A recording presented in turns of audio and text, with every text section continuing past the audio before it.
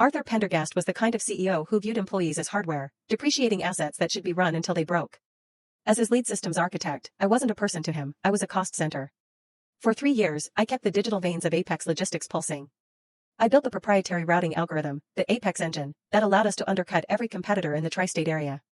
The end began on a rainy Tuesday. Arthur called me into his glass-walled office, not to offer a bonus, but to introduce my replacement, a 20-something consultant named Julian whose suit cost more than my car.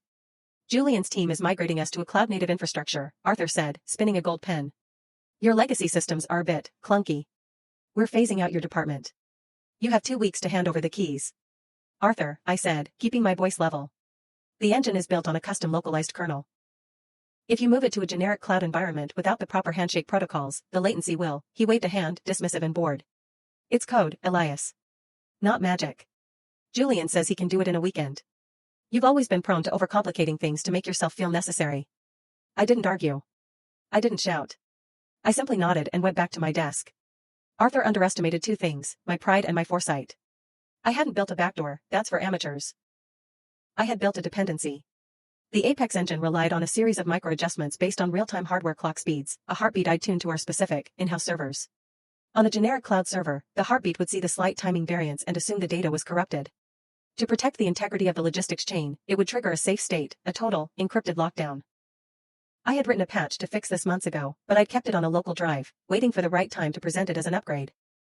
On my final Friday, I watched Julian migrate the first batch of data. He was arrogant, clicking through menus while Arthur watched, beaming. See? Arthur smirked at me. The world keeps turning without you, Elias. I walked out at 5 p.m. At 5:15 p.m., the heartbeat felt the shift. By Monday morning, Apex Logistics was a ghost. Because the safe state had encrypted the routing tables using a one-way hash, not even the backups were readable.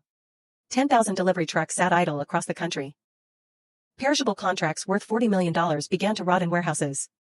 Arthur called me 17 times that morning. I picked up on the 18th. Elias. The system is down.